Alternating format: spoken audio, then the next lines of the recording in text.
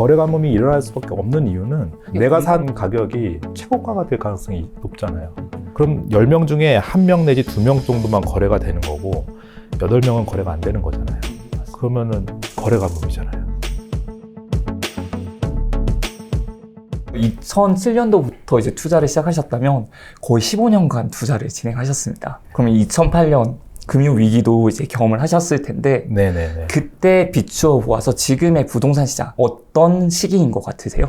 뭐 침체기 뭐 이런 용어보다는 저는 이제 쇠퇴기라는 말씀을 좀 드리고 싶어요. 쇠퇴기요? 예, 제가 경험을 한 부동산 시장은 뭐 변환기부터 시작을 한다고 그러면 네. 변환기부터 시작을 해서 뭐 상승기, 그다음에 급등기, 그다음에 쇠퇴기, 그다음에 바닥기 이런 식으로 이제 진행이 되는 것 같은데 쇠퇴기라는 말씀을 드리는 거는 네. 쇠퇴기에 나타나는 몇 가지 특징들이 있는 것 같아서 그게 지금 시장에서 보이는 것 같아서 이런 말씀을 드리는 건데 지난 장에서의 쇠퇴기 기간을 보면 한 2008년에서 9년부터 시작을 해서 2012년 정도까지가 쇠퇴기 기간이었던 것 같아요. 네. 예, 근데 그 기간에 나타났던 특징은 이제 매매가랑 전세가가 같이 내려가면서 거래 가뭄이 일어났던 시기입니다. 네네. 예, 거래 가뭄이 일어날 수밖에 없는 이유는 시장가가 계속 떨어지면 살 수가 없거든요. 내가 산 가격이 최고가가 될 가능성이 높잖아요. 그런데 지난장 같은 경우는 이명박 정부에서 2009년경에 부양책을 한번 냈었습니다. 그 부양책 낼 당시에 잠깐 반등 시장이 있었어요. 한 반년에서 1년 정도. 하지만 그 이후에 2010년 넘어가면서부터는 이제 계속적으로 이제 내려가는 그런 시기를 맞이했었습니다. 네. 근데 지금 시장이 저는 비슷하다고 보는 이유가 지금도 정부에서 어떤 부양책이 나온다면 투자를 재개하고 싶다라는 생각을 갖고 계신 분들이 아직 많이 남아 있어요. 이명박 정부 때의 그 내용을 잘 알고 있는, 그러니까 이명박 정부에서 일하는 사람이 지금 일하고 있지 않습니까? 네. 그러니까 그 정책을 잘 알고 있거든요. 그 시기도 잘 알고 있고 어떻게 해야 되는지 다 알고 있는 것 같아요. 지금 내고 있는 정책들을 보면. 그래서 그러한 어떤 빌미를 주지 않으려는 그런 느낌이 좀 들어서 요번 같은 경우는 기술적인 반등의 타이밍은 한두 번 정도 있을 것 같긴 한데 네. 예, 전체적으로 보면 좀 내려가는 시점이 아닌가라는 생각을 하고 있습니다. 네. 그 당시 상황에서는 그러면 좀 규제를 많이 완화하고 했기 때문에 기술적으로 반등이 일어났다는 거죠. 예, 그때랑 지금의 차이점은 네. 그때는 매수를 할 수 있는 시행책이 좀 있었어요. 지금은 이제 보유에 대한 것까지는 허용을 해줬는데 매수에 대한 부분들을 아직 풀어주지 않기 때문에 네. 예, 그리고 풀어줄 생각이 없는 것 같고요. 그런 부분이 좀 정책적인 차이점인 것 같습니다. 예. 너무나도 거래가 안 되고 있다고 기사에도 나오고 있고 실제로도 네. 거래가 많이 안 되고 있는 것 같은데 네. 지금처럼 거래가 없었던 적이 있었을까요? 없었던 것 같긴 한데 네. 지난장에서도 비슷한 현상은 있었던 것 같아요. 왜냐하면 네. 지금은 이제 시장의 문법이 바뀌는 타이밍입니다. 그러니까 상승장에서 사람들이 익숙해졌던 그런 문법에서 이제 하락의 시점에서 어떻게 투자를 해야 될 것이냐에 대한 문법이 달라지는 시점인데 네. 근데 사람들이 이제 관성이 있기 때문에 상승장에서의 문법을 여전히 이제 생각을 하고 계시죠. 근데 상승장의 문법을 예를 들면 실거래가가 맺히면 보통 상승장에서는 그것보다 한 호가 위로 올려서 파는 식으로 진행이 되잖아요. 맞습니다. 왜냐면 사람들도 그 위에서 사야 된다고 생각을 하고 네. 왜냐면 실거래가를 최저가라고 생각을 하기 때문에 그렇거든요. 네. 왜냐면 상승한다라는 그런 전제가 깔려 있으니까. 근데 지금 같은 시기는 금매가가 실거래가가 되는 상황이잖아요. 네. 그러면 매수자는 어떤 생각을 하게 되냐면 금매가보다 더 낮은 가격으로 사야 되겠다는 생각을 하게 됩니다. 실거래가 찍힌 것보다 더 예. 낮은 가격에 사는 예. 게 좋겠다라는 예, 거죠. 그러면 기다리게 되죠.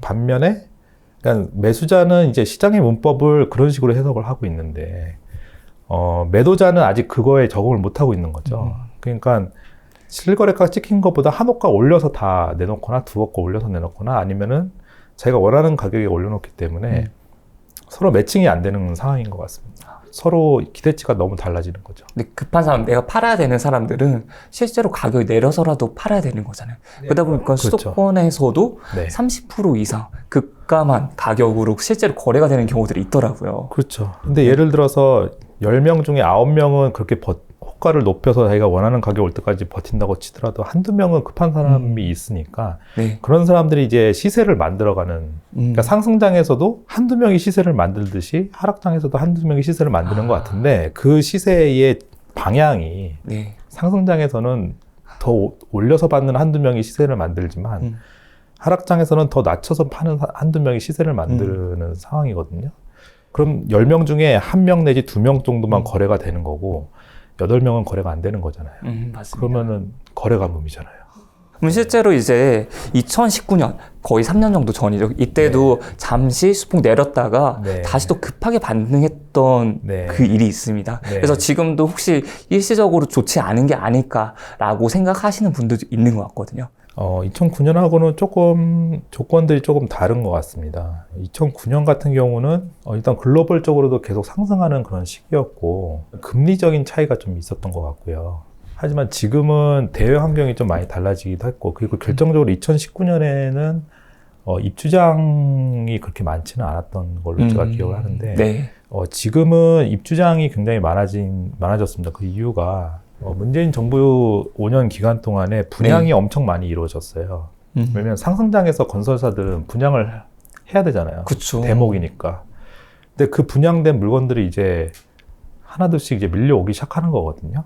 분양 건수를 보면은 2021년까지가 아마 최고치였던 걸로 제가 기억을 하는데 2020에서 21년. 그러면 그것들이 이제 분양 입주장으로 돌아오는 2025년까지는 계속해서 입주장이 늘어나는 상황이잖아요. 네네. 그런 차이점이 2019년하고 좀 차이가 있지 않을까 생각을 좀 하고 있습니다.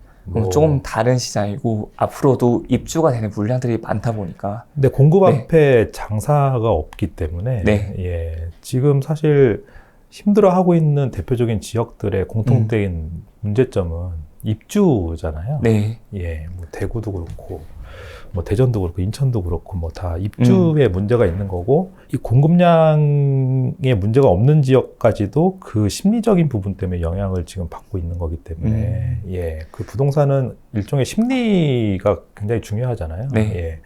그런 심리적인 전이 현상으로 인해서 전국적으로 이렇게 되고 있는 상황이라고 이제 보는 거죠, 저는. 혹시 서울 같은 경우는 입주하는 물량도 많지 않고 지금 분양을 하는 것도 많지 않고 공급도 많지 않은 걸로 알고 있는데 지금 가격이 좀 하락하고 있잖아요.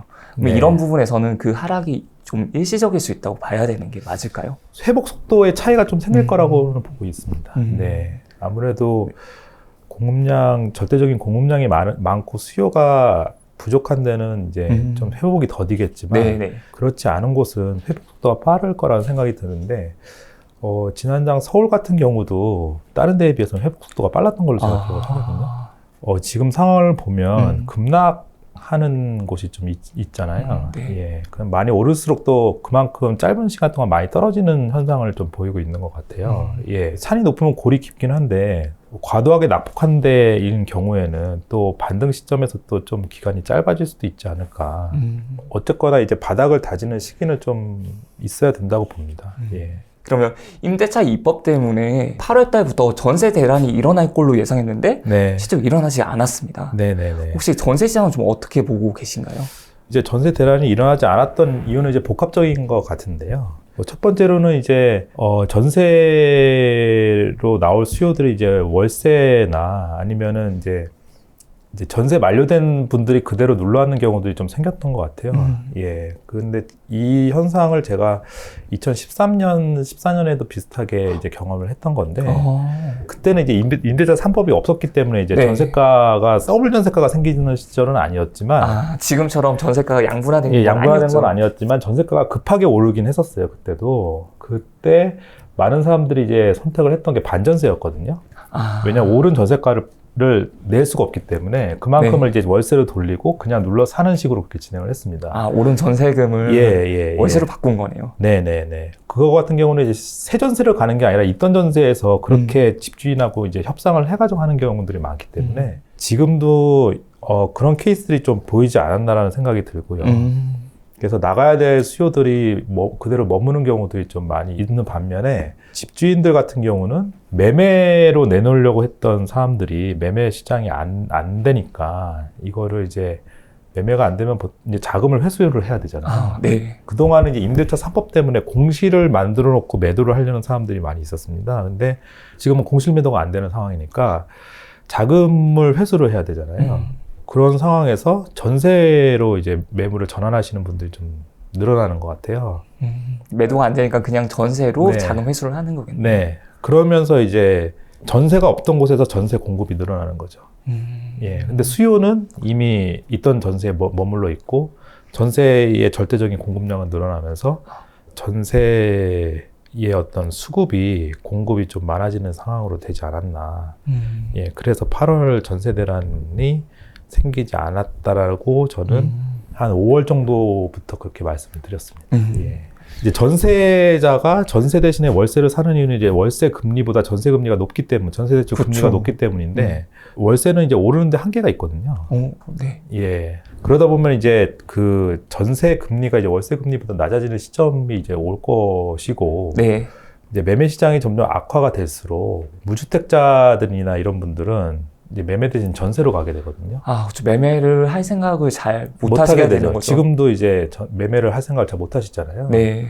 그런 현상이 점점 이제 심해지면 전세로 수요가 증가하게 됩니다.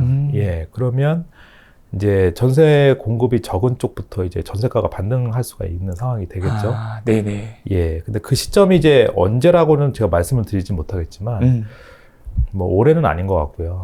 네. 예, 뭐 한 내년 정도에서 한번 봐야 되지 않을까라는 생각을 좀 하고 있습니다. 네. 전세 관련해서 한 가지 좀 더 여쭤보고 싶은 게 지금 이제 매매가가 좀 하락을 하면서 전세값보다 매매가가 더 내려가는 경우들도 생기는 것 같더라고요. 네네네.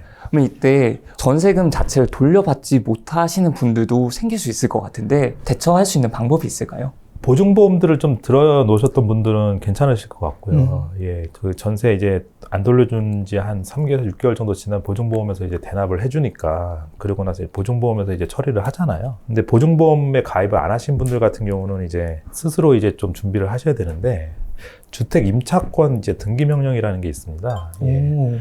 어떤 건가요? 보증금을 받지 못할 경우에 그 법원에다가 주택 임차권 등기 명령을 신청하게 되면 그 집주인이 그 집에 대해서 권리를 행사할 수 없게 돼요. 그리고 등기에 이제 임차권이 명기가 됩니다. 아, 을구 쪽에 그대로 딱 명시가 되어 있겠네요. 예. 그 임차권이라는 게 일단은 선순위로 들어가는 것들이기 때문에 바로 경매에 넘어갈 경우에 이제 보증금을 회수할 수가 있죠. 예. 근데 실제로 이제 그렇게 하기보다는 이제 집주인한테 이제 그런 식으로 이제 등기 명령을 일단 쳐놓고 나서 그거 가지고 이제 협상을 할 수 있는 부분이 있으니까 만약 전세금을 못 받는 상황이 된다 그러면 이제 그런 쪽에서 좀 생각을 해보셔도 좋을 것 같고요. 혹시 임차권 등기 명령 같은 경우에는 집주인의 허락을 받아야 되는 부분인가요? 허락을 받을 필요 없는 걸로 알고 있습니다. 네. 그럼 전세가가 오르게 되면 매매가를 좀 치고 올린다 이런 이야기도 많잖아요.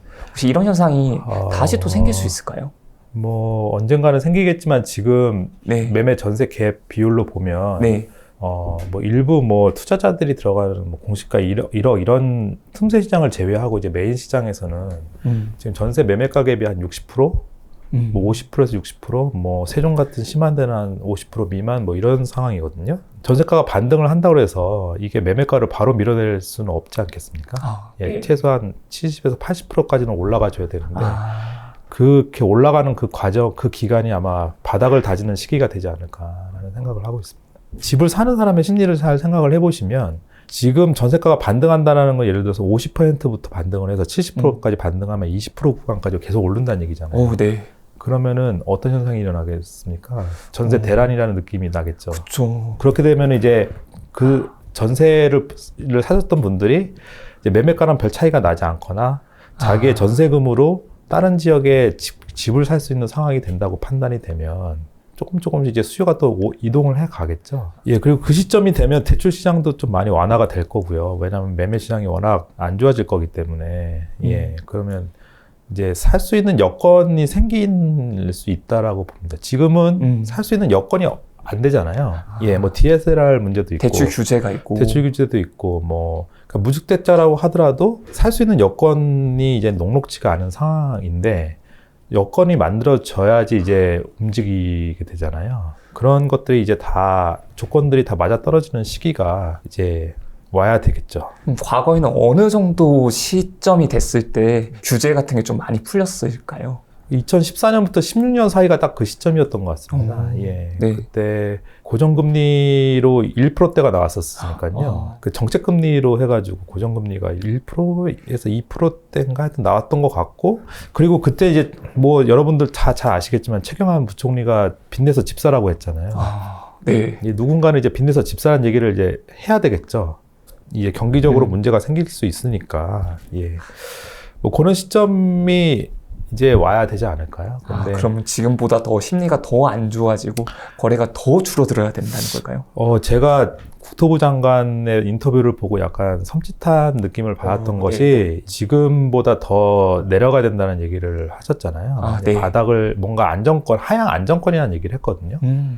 하향 안정권이라는 거는 올라갈 금이가 없이 계속 내려가면서 안정화된다는 얘기입니다. 예, 그 얘기는 다시 말하면 바닥을 바라보고 있다는 얘기거든요. 바닥까지 갈 때까지는 움직이지 않겠다라는 쪽으로 저는 그렇게 해석이 돼서 네.